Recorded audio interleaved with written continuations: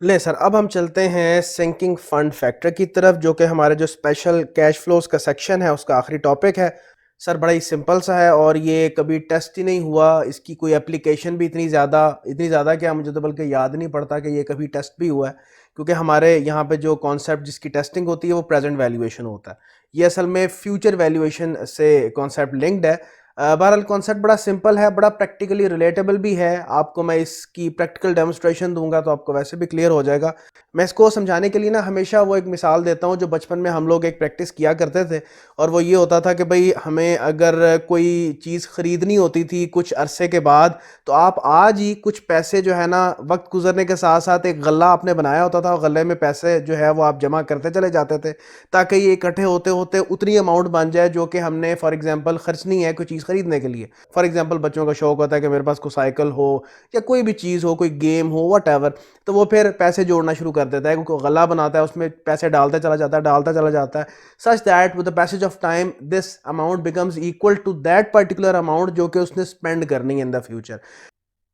तो interestingly companies भी इसी तरह से करती हैं, लेकिन उनका ये जो ओवरऑल प्रोसेस होता है ये थोड़ा सा ऑर्गेनाइज्ड होता है। फॉर एग्जांपल उन्हें आज से 4 साल के बाद एक कैपिटल इन्वेस्टमेंट करनी है, कोई कैपिटल परचेज करना है, उन्होंने कोई कैपिटल इन्वेस्टमेंट समझ लें, कोई आइटम, कोई प्लांट, कोई मशीनरी उन्होंने परचेज करनी है, फॉर एग्जाम्पल 10 मिलियन रुपीज़ की। तो वो थोड़ा सा ऑर्गेनाइज चलते हैं। वो कहते हैं कि आज हम हर इक्वल पीरियड के बाद एक अमाउंट सेट असाइड करते चले जाते हैं, और साथ में वो अमाउंट आइडल नहीं छोड़ी जाएगी, वो कहीं ना कहीं इन्वेस्ट भी की जाएगी। ये फर्क होता है इनमें और बच्चों की प्रैक्टिस में। बच्चे तो सिर्फ पैसे साइड पे करते चले जाते हैं ना, और पैसों में कोई बराबरी नहीं होती। कभी थोड़े पैसे साइड पे कर दिए, कभी ज्यादा कर दिए, कभी मीडियम अमाउंट जो है वो साइड पे कर दी। लेकिन कंपनी इक्वल अमाउंट साइड पे करती चली जाती है, and after every equal intervals and the amount is also invested somewhere else. क्योंकि फाइनेंशियल मैनेजमेंट का बेटा बेसिक उसूल ये होता है कि आप कभी भी पैसा आइडल नहीं छोड़ते। हमेशा जो पैसा होता है उसको कहीं ना कहीं इन्वेस्ट किया जाता है, ताकि आप उसके ऊपर रिटर्न हासिल कर सकें। अब तो आप टाइम वैल्यू ऑफ मनी समझ चुके हैं बेटा। जो पैसा है वक्त गुजरने के साथ साथ उसकी वक़्त चेंज होती है, क्योंकि उसकी अपॉर्चुनिटी कॉस्ट होती है, वो कहीं ना कहीं इन्वेस्ट होकर रिटर्न हासिल कर सकता है। तो अकॉर्डिंगली जो इक्वल अमाउंट्स में इक्वल इंटरवल्स के बाद पैसा साइड पे किया जाता है, वो कहीं ना कहीं इन्वेस्ट भी किया जाता है। तो कंपनी क्या करती है कि आज से 4 साल बाद फॉर एग्जांपल उसने 10 मिलियन की इन्वेस्टमेंट या कुछ परचेज करना है, तो वो फिर क्या करेगी, after every equal interval, for example after every year, वो इक्वल अमाउंट साइड पे करती चली जाएगी, and it will also invested somewhere else, such that कि जब 4 साल गुजरे तो जो अमाउंट उसने साइड पे की हो इक्वल और इंटरेस्ट देयर ऑन, वो मिला के कितनी अमाउंट बने सर, 10 मिलियन की अमाउंट बने। So that is basically the concept of a sinking fund factor. तो पहले मैं बता देता हूं कि ये जो सिंकिंग फंड फैक्टर है ये क्या है, ये असल में किस फॉर्मूला से डिराइव हुआ है। सर ये एक्चुअली डिराइव हुआ है from the formula of the future value of annuity cash flows. अब तक हमने जो स्टडी किया है वो present value of the annuity cash flows जो है उसको स्टडी किया है, और इस्तेमाल भी सर प्रेजेंट वैल्यू होता है, फ्यूचर वैल्यू का कहीं ऐसा कॉन्सेप्ट नहीं है। फ्यूचर वैल्यू का कॉन्सेप्ट बिल्कुल सिंपल सा है। हम प्रेजेंट वैल्यू ऑफ एन्युटी में क्या करते हैं, जो एन्युटी कैश फ्लोज हमें फ्यूचर में अराइज होने होते हैं, हम उन सब की प्रेजेंट वैल्यू आज की डेट पे निकाल लेते हैं। फ्यूचर वैल्यू क्या है कि जितने भी फ्यूचर में एन्युटी कैश फ्लोज होंगे उनकी value at the end of the life वो कितनी होगी, यानी कि at the end of the last year of the annuity cash flows वो क्या होगी। तो दैट्स फ्यूचर वैल्यू। मैं टाइमलाइन से आपको समझा देता हूं। ये देखें जी, ये एक एग्जाम्पल है। इसमें फ्यूचर में एन्युटी कैश फ्लोज आपको मिलेंगे जी 3 सालों के ऊपर। ये देखें, तो present value of annuity cash flows का क्या कॉन्सेप्ट है कि ये जो एन्युटी कैश फ्लोज है इनको उठा के हम कहां पे लेके आते हैं सर, जीरो के ऊपर। फ्यूचर वैल्यू ऑफ एन्युटी का क्या कॉन्सेप्ट है कि ये जो मैं आज इन्वेस्टमेंट कर रहा हूं इससे फ्यूचर में एन्युटी कैश फ्लोज मिलेंगे, तो मैं इनको उठा के इनकी वैल्यू कहां पे लेके जाना चाह रहा हूं सर, उठा के at the end of the life, यहां पे सर ईयर नंबर 3 में मैं इसको प्लेस करना चाह रहा हूं। तो ये कॉन्सेप्ट है फ्यूचर वैल्यू ऑफ एन्युटी का। फॉर्मूला क्या है अभी उसके ऊपर हम चलते हैं। तो देखिए, एक तरीका तो ये है कि हर एक को उठा उठा के अलग अलग मैं फ्यूचर में ले जाऊं, at the end of the useful life पे ले जाऊं, या at the end of life पे ले जाऊं। ये वाला ए तो पहले ही एंड पे है, तो इसका भी एक शॉर्टकट मेथड होना चाहिए, तो उसको फ्यूचर वैल्यू ऑफ एन्युटी कहते हैं। तो आए जरा उस फॉर्मूले को देखते हैं, फिर उसको रीअरेंज किया जाएगा। तो सर वहां से एक सिंकिंग फंड फैक्टर और उसकी एप्लीकेशन से हम उस चीज को फाइंड आउट कर रहे होंगे जिसका मैंने अभी जिक्र किया है। ये देखें सर, पहले तो देखते हैं कि ये कहता क्या है। इट कंप्यूट्स के how much amount a business must set aside each year to finance the planned purchase after a certain period. Sir ये है फ्यूचर वैल्यू ऑफ एन्युटी का फॉर्मूला। ये देखें क्या फॉर्मूला है जी, future value is equal to A का मतलब वही annuity cash flows into 1 plus I raise power N minus 1 over I. जैसे प्रेजेंट वैल्यू ऑफ एन्युटी का क्या फॉर्मूला था, A into 1 minus 1 over 1 plus I raise power N over आई। तो ये future value of annuity का formula है। तो अगर मुझे एन्युटी कैश फ्लोज दे दिए जाएं, ठीक है, जैसे मैंने अभी मिसाल दी थी आपको 3 सालों के एन्युटी कैश फ्लोज थे, ठीक है, और एन्युटी की अमाउंट मिल जाए, मुझे एन पता हो कि कितने साल ये एन्युटी कैश फ्लोज आएंगे, और मुझे आई पता चल जाए कि सर हर साल का इंटरेस्ट रेट क्या है, तो मैं इनकी future value at the end of the annuity cash flow stream calculate कर सकता हूं। ठीक है सर, अब अगर मैं इसी फॉर्मूले को रीअरेंज करूं तो सर मुझे क्या मालूम हो सकता है, क्या कि भाई अगर मुझे ये पता चल जाए फ्यूचर वैल्यू क्या है, उल्टा यानी कि ये जो एन्युटी कैश फ्लोज है इनकी फ्यूचर वैल्यू, ठीक है, यानी कह सकते हैं कि आज से कुछ सालों बाद मैंने कोई चीज खरीदनी है तो उसकी एस्टिमेटेड अमाउंट कह सकते हैं ना। जैसे मैं अभी जो पिछली मैंने मिसाल दी है 3 सालों वाली, उसी में मैं उल्टा ये कह दूं कि 3 साल बाद मैंने कोई एक्सपेंडिचर प्लान करना है, तो वो फ्यूचर वैल्यू हो सकती है। फिर मुझे अगर इंटरेस्ट रेट दे दिया जाए कि मैं ये जो बराबर बराबर अमाउंट साइड पे करता जा रहा हूं ये कहीं इन्वेस्ट करूं, तो वो क्या इंटरेस्ट रेट ऑफर करे, और मुझे एन पता चल जाए कि कितने सालों के बाद मैंने वो प्लान्ड एक्सपेंडिचर करना है, तो मैं ए निकाल सकता हूं। ए से क्या मुराद है sir, annuity cash flows. Annuity cash flows क्या है, वो बराबर बराबर अमाउंट्स जो कि मुझे साइड पे रखनी पड़ेंगी, ताकि ये अमाउंट्स जब साइड पे होने के साथ साथ कहीं इन्वेस्ट भी हो, तो आफ्टर फॉर एग्जांपल 3 इयर्स या 4 इयर्स जो भी हमारे इंटेंडेड इयर्स हैं, ये एग्जैक्टली वो अमाउंट बन जाए जो कि हम जिस अमाउंट की खरीदारी करना चाह रहे हैं।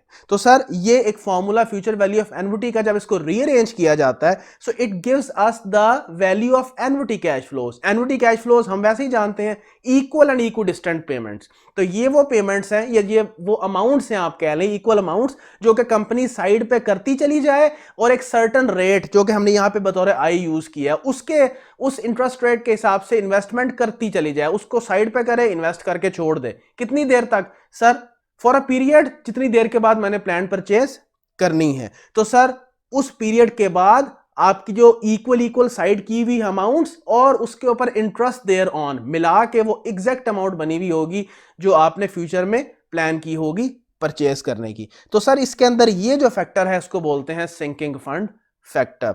बिल्कुल इसी तरह से जैसे हमारा वहां पे जो फैक्टर होता था annuity present value of annuity के अंदर, कौन सा फैक्टर था, प्रेजेंट वैल्यू इंटरेस्ट फैक्टर या एन्युटी फैक्टर, वो क्या था 1 माइनस 1 ओवर 1 प्लस आई रेज पावर एन ओवर आई। तो ये जो यहां पे आपको फैक्टर नजर आ रहा है, ये कौन सा फैक्टर है सर, सिंकिंग फंड फैक्टर, तो इसको बोलते हैं सर। तो मैं एक सवाल करता हूं, वहां से हमें अंदाजा हो जाएगा कि सर इसकी एप्लीकेशन किस तरह से है। अगेन ये आगे अगर हम अपने सब्जेक्ट में देखें इसकी कहीं एप्लीकेशन नहीं है, लेकिन चूंकि एज अ टॉपिक उन्होंने आपके सब्जेक्ट में रखा हुआ है तो मैंने उसको रिवाइज करना मुनासिब समझा। तो एक सवाल कर लेते हैं sir, that is enough for us to understand its application. ले सर क्वेश्चन नंबर 60 पढ़ते हैं जी। रिक्वायरमेंट में क्या है, what equal annual amount should he set aside. He कौन, कोई ना कोई बंदा होगा।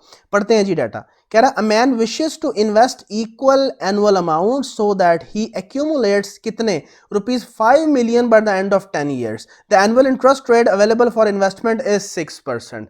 तो वो कह रहा है कि एक बंदा है जो कि कह रहा है कि यार मैं ना एनुअली कुछ बराबर बराबर अमाउंट्स ना साइड पे करता चला जाऊं सच दैट ये अमाउंट कितनी बन जाए 5 million by the end of 10 years. तो वैसे अगर सीधी सीधी कैलकुलेशन करनी है जिसमें कोई इंटरेस्ट ना हो तो जहन में बड़ा सिंपली आ जाता है कि यार अगर हर साल 5-5 लाख साइड पे किया जाए तो 10 साल बाद ये कितना हो जाएगा 5 मिलियन। लेकिन सर मामला इतना सिंपल नहीं है, हमने सिर्फ साइड पे नहीं करना, साइड पे करके साथ ही अमाउंट इन्वेस्ट भी कर देनी है। और जाहिर है तब तक इन्वेस्ट करनी है जब तक जितने सालों के बाद मैंने अपनी प्लान परचेज करनी है। और सर प्लान परचेज कब है, आज से 10 साल बाद।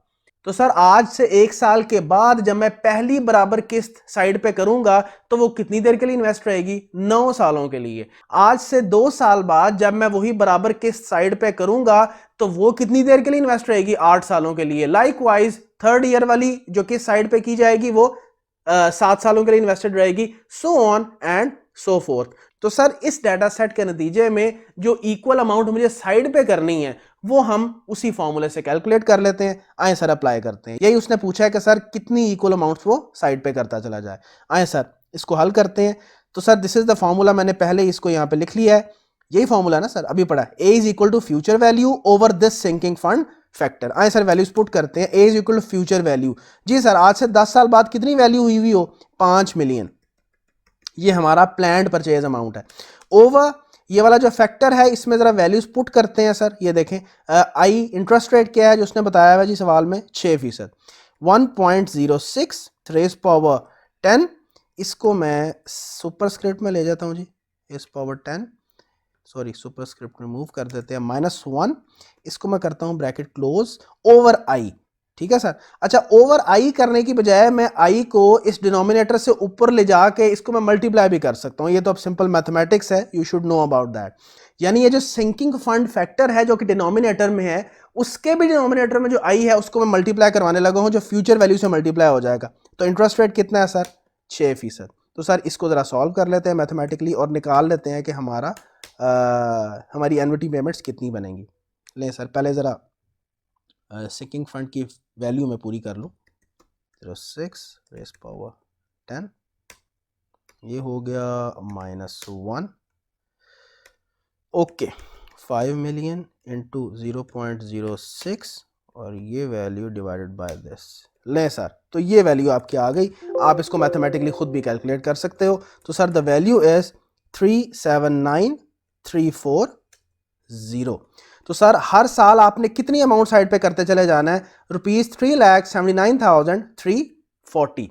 तो सरप्राइजिंगली जब आप इस वैल्यू को 379,340 मल्टीप्लाई बाय 10 करोगे तो आपको पता चलेगा कि ये कोई अमाउंट हमारी टोटल अगर करें तो वो 5 मिलियन के बराबर नहीं बन रही। सर रीजन ये है कि जो बाकी की डिफरेंशियल अमाउंट है 5 मिलियन माइनस दिस, कितनी अमाउंट बनती है 1.2 समथिंग मिलियन। सर ये इंटरेस्ट इनकम है जो कि हमें हासिल होनी है, जो मैं आपको बता रहा हूं। यानी पहले साल के एंड पे मैं कितनी अमाउंट साइड पे करूंगा, 3,79,340 पहले साल के एंड पे साइड पे कर दी।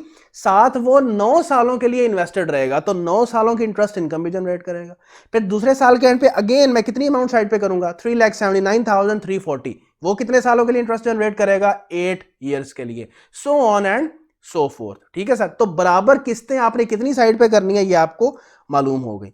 तो ये जो कंपनी की प्रैक्टिस है और सर बच्चों की प्रैक्टिस है उसमें बहुत फर्क होता है। बच्चे तो कभी हफ्ते बाद पैसे साइड पे कर दिए, कभी 2 हफ्ते बाद कर दिए, कभी जब दिल किया, और जितनी अमाउंट हुई, जितनी जितनी अवेलेबल हुई वो साइड पे कर दी। लेकिन कंपनी ऑर्गेनाइज्ड होकर चलती है, इक्वल इंटरवल्स के बाद और इक्वल अमाउंट साइड पे करती है, तो वो प्लानिंग के साथ चल रही होती है। वो फिर अपने एक्सपेंडिचर्स भी अकॉर्डिंगली प्लान करके चलती है। That's how the companies plan.